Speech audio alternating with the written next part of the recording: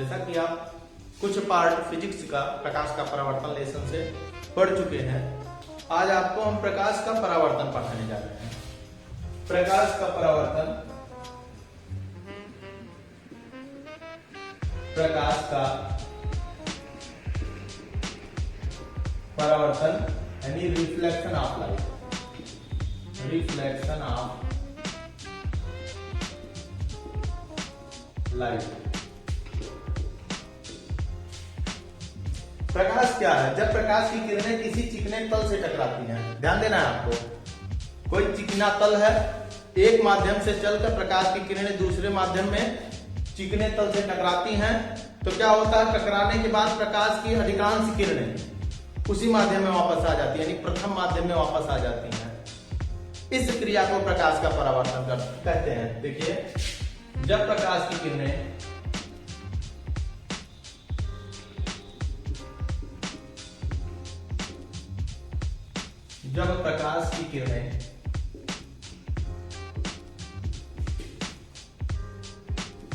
एक समान माध्यम से चलकर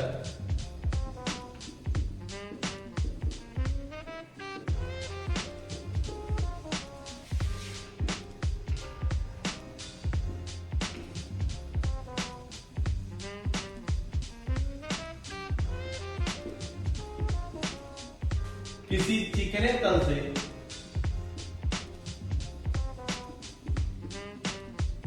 टकराती हैं और टकराने के बाद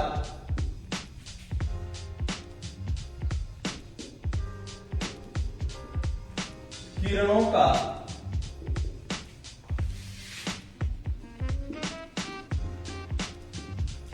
अधिकांश भाग प्रथम माध्यम में वापस आ जाता है।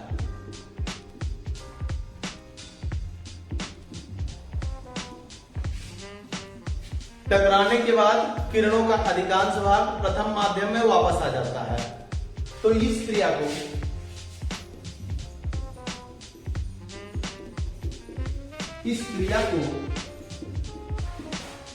प्रकाश का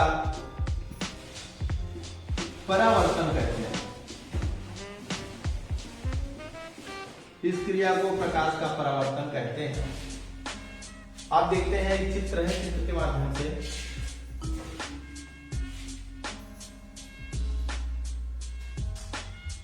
इसको M1 मान लीजिए, इसको M2 मान लीजिए।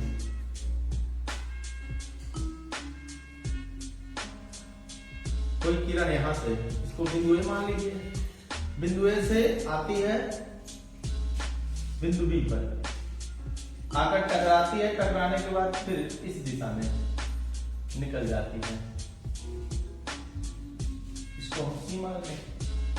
इस पर एक अभिलंब डाल दीजिए, यहां से बिंदु बी से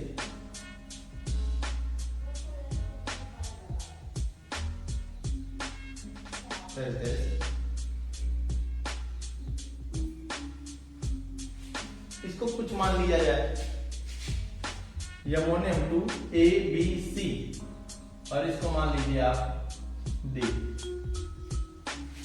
आप देखते हैं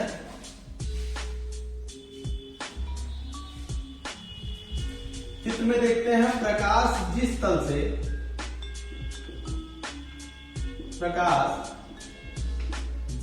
से परावर्तित होता है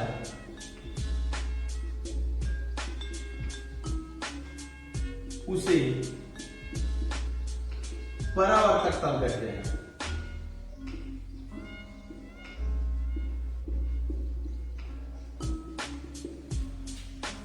यानी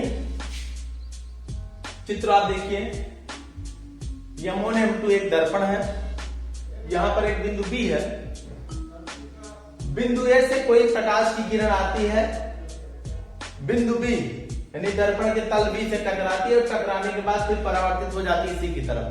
तो जो आती है, प्रकाश जिस तरफ से आता है प्रकाश की किरण जिस तरफ से आती है आपतित किरण, इसको हम बोलेंगे आपतित किरण, आपतित किरण। इसे हम बोलेंगे परावर्तित किरण,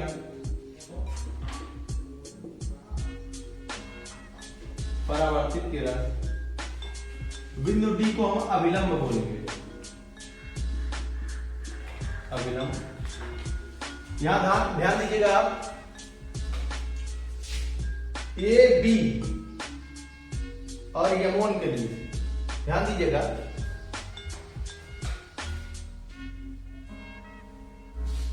आपतन बिंदु बी पर आपतित किरण ए बी और अविलंब से आपतन बिंदु यानी डीबी के बीच बना कोण, यानी आपतन बिंदु ए बी और डीबी के बीच बना कोण यानी ए कोण, ये वाला कोण आपतन कोण कहलाता है। इसको हम बोलते हैं आपतन कोण, आपतन कोण। आपतन कोण को आई से व्यक्त करते हैं ऐसे करके, और परावर्तित किरण BC और DB के बीच बना कोण ये वाला कोण।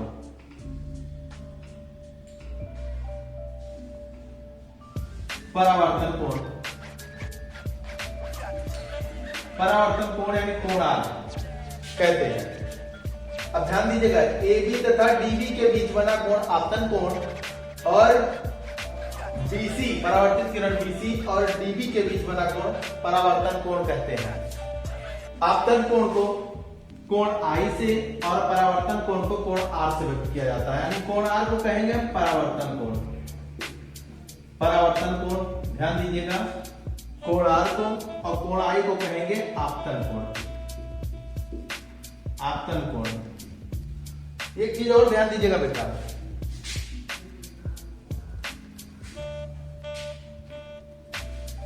बिंदु बी को हम आपतन बिंदु कहेंगे, आपतन बिंदु।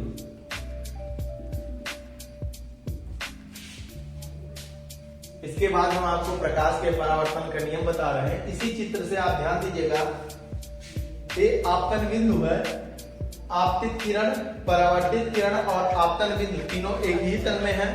प्रकाश का परावर्तन का नियम ये पहला नियम है, यानी आपतित किरण, परावर्तित किरण तथा आपतन बिंदु एक ही तल में होते हैं, फर्स्ट नियम। दूसरा नियम होता है कि कोण I यानी आपतन कोण और कोण R यानी परावर्तन कोण दोनों आपस में बराबर होते हैं, यानी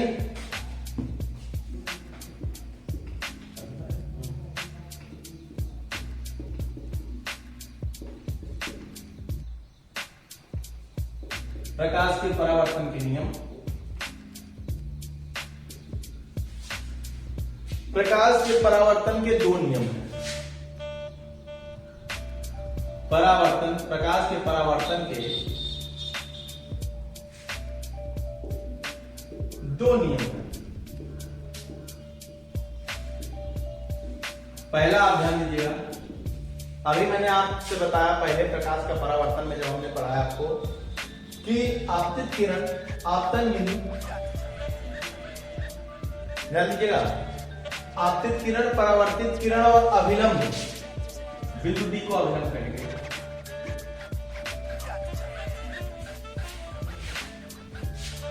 बिंदु डी अभिलंब है, ये आपतित किरण है, परावर्तित किरण है। आप देख रहे हैं तीनों एक ही तल में होते हैं, यानी हम पहले नियम में लिखेंगे आपतित किरण, आपतित किरण,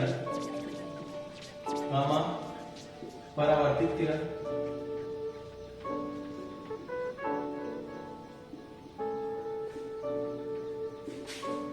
तथा अभिलंब, तीनों एक ही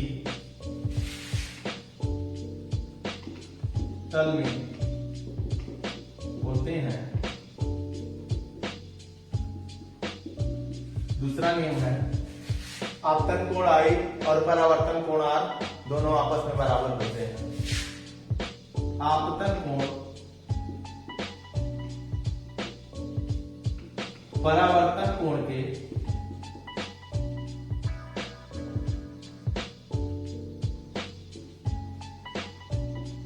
बराबर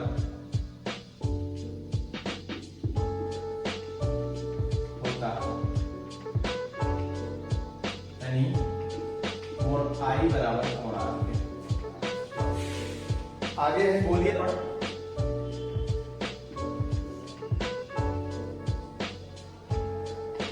स्फेरिकल में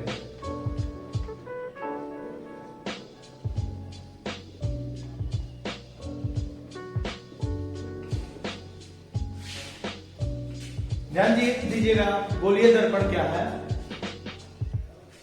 मान लीजिए यही कोई गोले का पृष्ठ है, ये कोई गोला है, ये गोले का पृष्ठ है।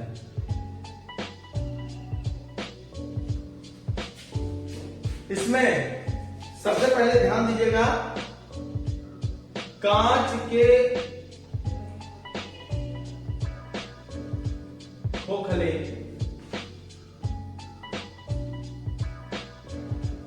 गोले के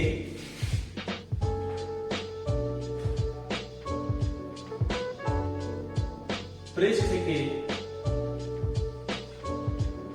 भाग को गोलीय दर्पण कहते हैं।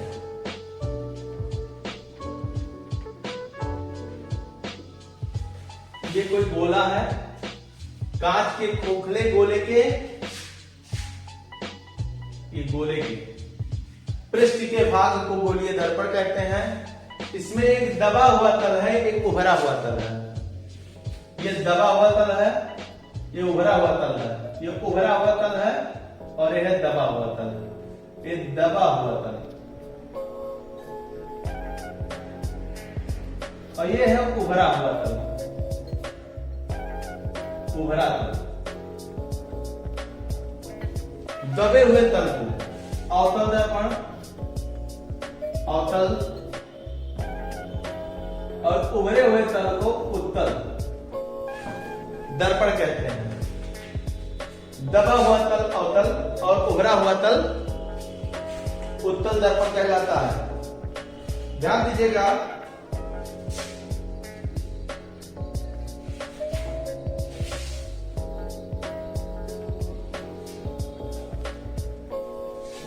किसी गोले का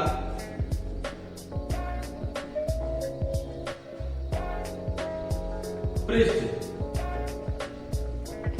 गोलीय पृष्ठ, गोले का पृष्ठ गोलीय पृष्ठ कहलाता है।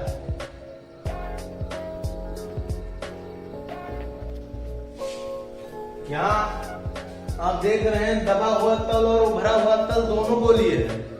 ये दबा हुआ तल यानी अवतल भी गोलीय है और उत्तल यानी उभरा हुआ तल भी गोलीय है। दोनों पृष्ठ गोलीय हैं, एक दबा हुआ है, एक उभरा हुआ है।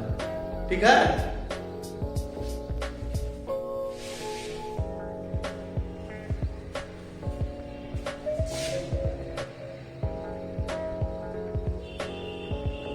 गोलीय पृष्ठ के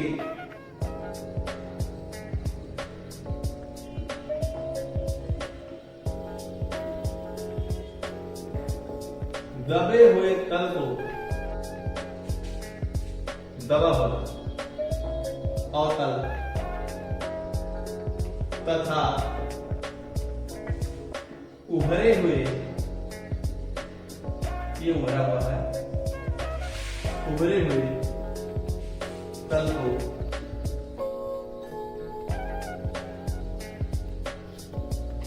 उत्तल कहते हैं।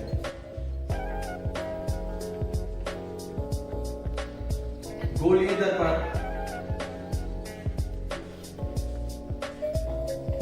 दो प्रकार का होता है।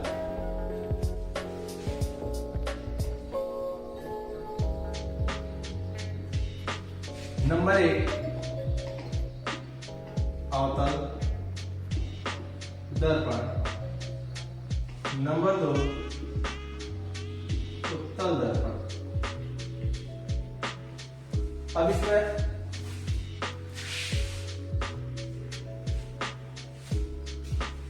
अवतल दर्पण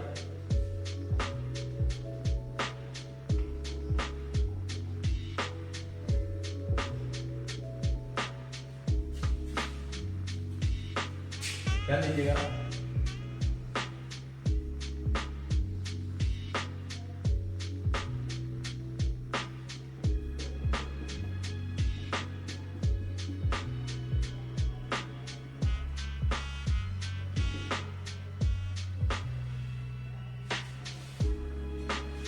ये अवतल दर्पण है। दबा हुआ तल, देखिए अंदर का दबा हुआ तल, यहां पर दबे हुए तल को अवतल दर्पण कहते हैं। यानी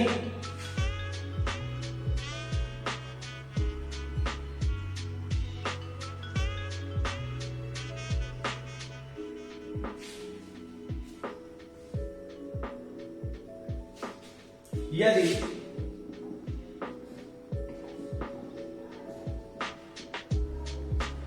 गोलीय खंड पर पालिश इस प्रकार की जाए कि उसके अवतल पृष्ठ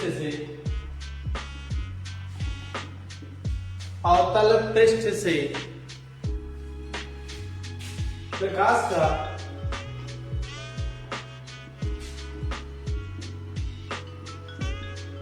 परावर्तन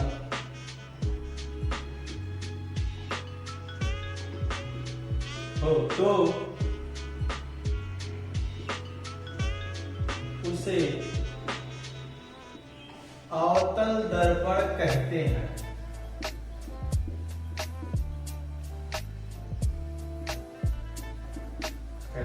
एक किरण आ रही है, टकराने के बाद चली जा रही है, ये डैश डैश है, सभी डैश डैश है। इसके बाद आता है उत्तल दर्पण, सेकंड पे आता है उत्तल दर्पण, कॉन्वेक्स मिरर।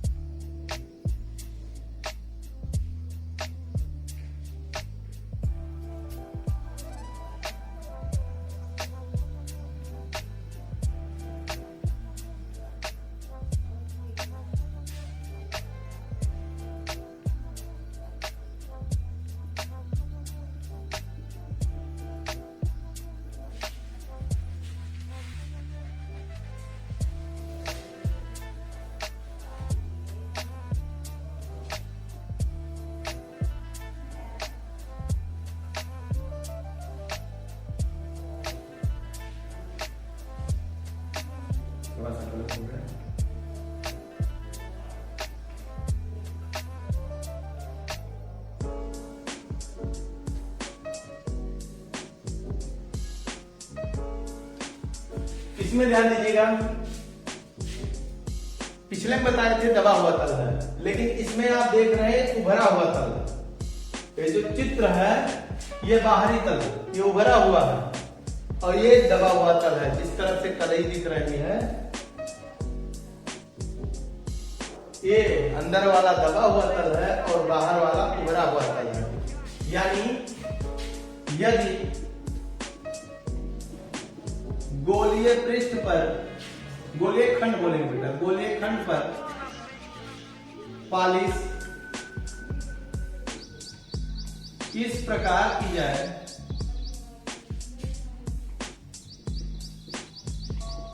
कि उसके उत्तल पृष्ठ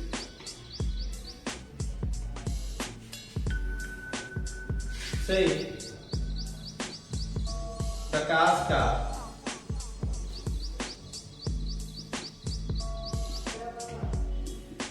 परावर्तन हो तो उसे उत्तल दर्पण कहते हैं।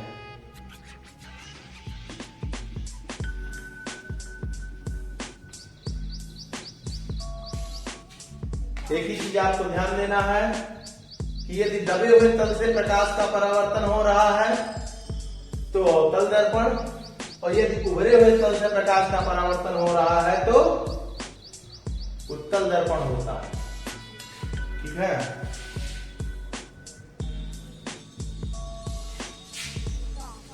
हेडिंग है अगली, गोलीय दर्पण से संबंधित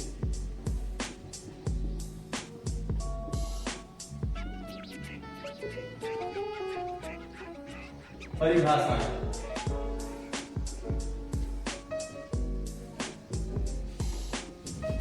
सबसे पहले आता है गोलीय दर्पण में ध्रुव, दर्पण का ध्रुव। नंबर 1 पे है ध्रुव, इसको इंग्लिश में पोल कहते हैं। ध्यान दीजिएगा, मान लीजिए कोई भी दर्पण है, अगर हम उत्तल दर्पण ही ले रहे हैं, यहां ये पूरा सब ये उत्तल दर्पण है, यानी दबा हुआ तल जिसका होता है उसे उत्तल दर्पण कहते हैं। आप देख रहे हैं यहां पर, पूरा देखिएगा ध्यान से, यहां से लेकर पूरा यहां तक जो तल है इसे हम कहते हैं परावर्तक तल। इसको हम क्या बोलते हैं, M1 से M2 के बीच में ये जो तल है, ये परावर्तक तल है। परावर्तक तल के मध्य बिंदु को, परावर्तक तल के मध्य बिंदु को हम दर्पण का ध्रुव कहते हैं, यानी मध्य बिंदु आपका बीचों बीच में यहां पर आएगा, यहां पर ये चीज, इसको हम क्या बोलते हैं, दर्पण का ध्रुव। दर्पण के ध्रुव को हम P से व्यक्त करते हैं, यानी हम लिख सकते हैं परावर्तक तल के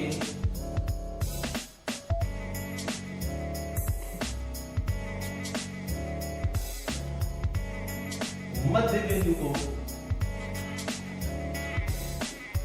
दर्पण का ध्रुव कहते हैं। इसे P से व्यक्त करते हैं। बेटा, व्यक्त करना, प्रदर्शित करना दोनों एक ही चीजें हैं।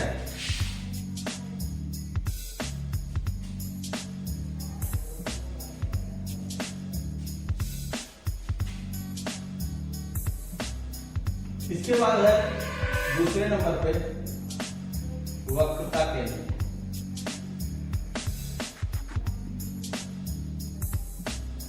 Centre of curvature.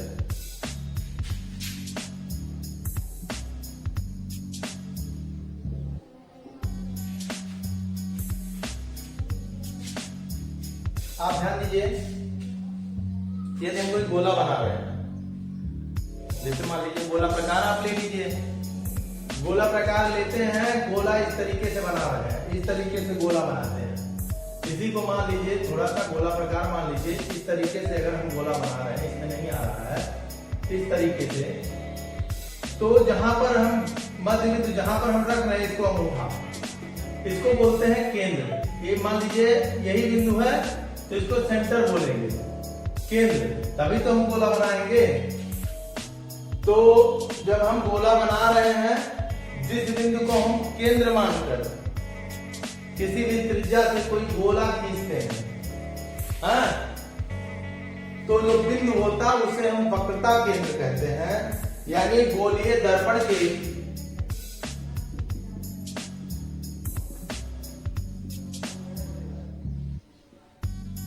अगर ऐसे नहीं आएगा तो आप थोड़ा सा अंदाजने के लिए गोला पाल सकते हैं, गोला बनाकर भी देख सकते हैं। जो मध्य बिंदु होता है उसी को, जो गोला बना रहे हैं उसी को हम सेंटर केंद्र बोलेंगे।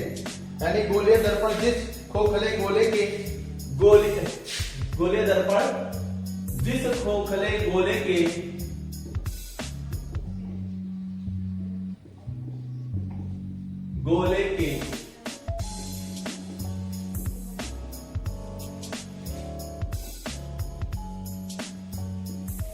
गोलीय पृष्ठ का भाग होता है,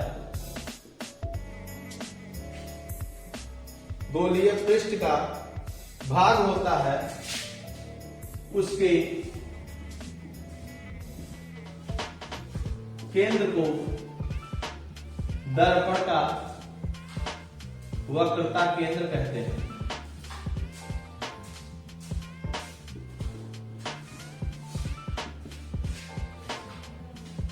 अब चित्र के माध्यम से आप देख सकते हैं, कोई बिंदु है इस तरीके से,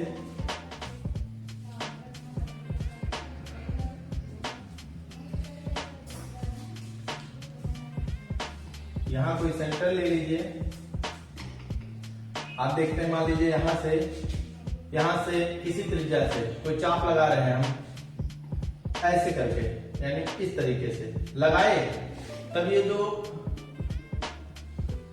चित्र बन रहा है आपका, ये वाला चीज थोड़ा सा गलत हो गया है बेटा, इसको सही कर दे रहे हैं। इस तरीके से मान लीजिए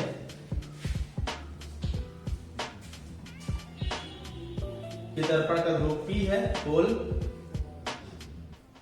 अच्छे से होते हुए जो ये वाला बिंदु है, हम मान लीजिए सेंटर, ये इसका वक्रता केंद्र रहेगा। आप देख रहे हैं परिभाषा से, गोलीय दर्पण के जिस गोले की गोलीय पृष्ठ का भाग होता है, उसके केंद्र को दर्पण का वक्रता केंद्र कहते हैं। वक्रता केंद्र को हम व्यक्त करते हैं C से, यानी इसको हम लिख सकते हैं इसे, यानी वक्रता केंद्र को C से व्यक्त किया जाता है, यानी प्रदर्शित किया जाता है, व्यक्त करते हैं। दर्पण के ध्रुव को P से, वक्रता केंद्र को C से।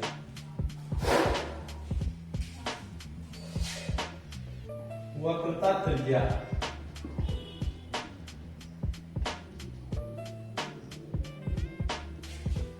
वक्रता त्रिज्या में आप देखते हैं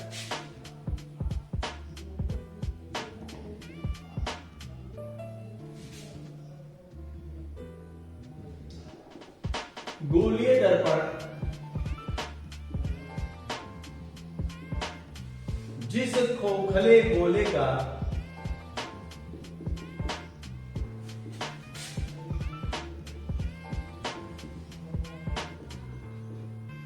भाग होता है,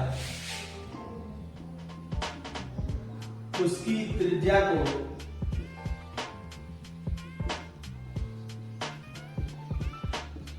वक्रता त्रिज्या कहते हैं।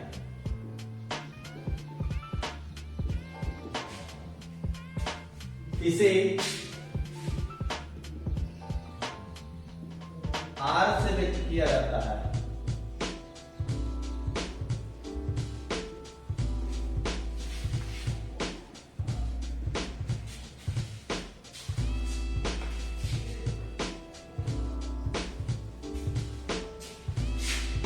अगली हेडिंग है मुख्य अक्ष।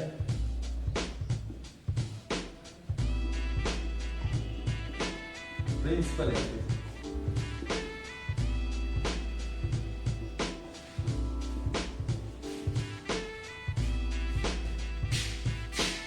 मान लीजिए कोई दर्पण है, अवतल दर्पण ही ले लीजिए।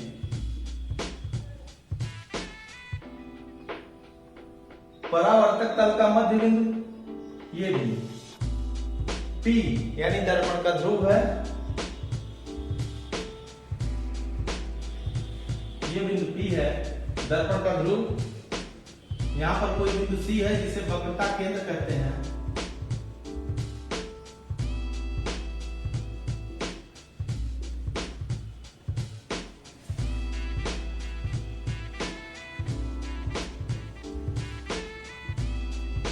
दर्पण का ध्रुव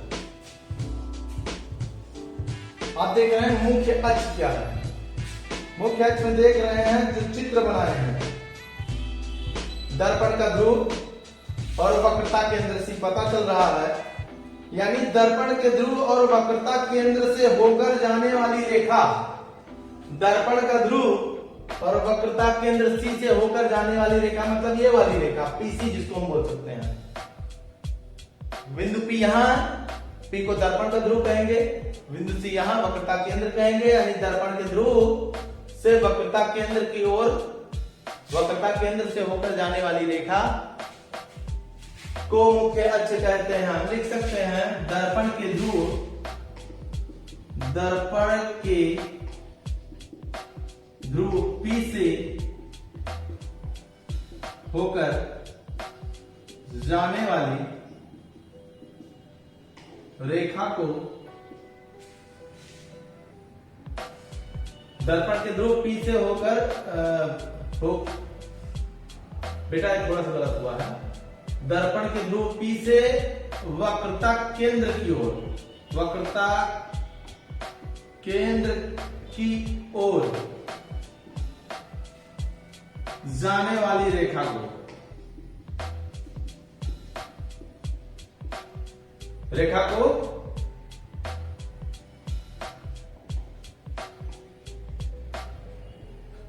मुख्य अक्ष कहते हैं, मुख्य अक्ष कहते हैं। यानी अगर चित्र में पूछा जाए मुख्य अक्ष कहां, तुरंत हम बताएंगे पीसी, बिंदु पी से सी की तरफ जो रेखा जा रही है, यानी दर्पण के ध्रुव से वक्रता केंद्र की ओर जो रेखा जा रही है उसे मुख्य अक्ष रेखा, मुख्य अक्ष कहते हैं।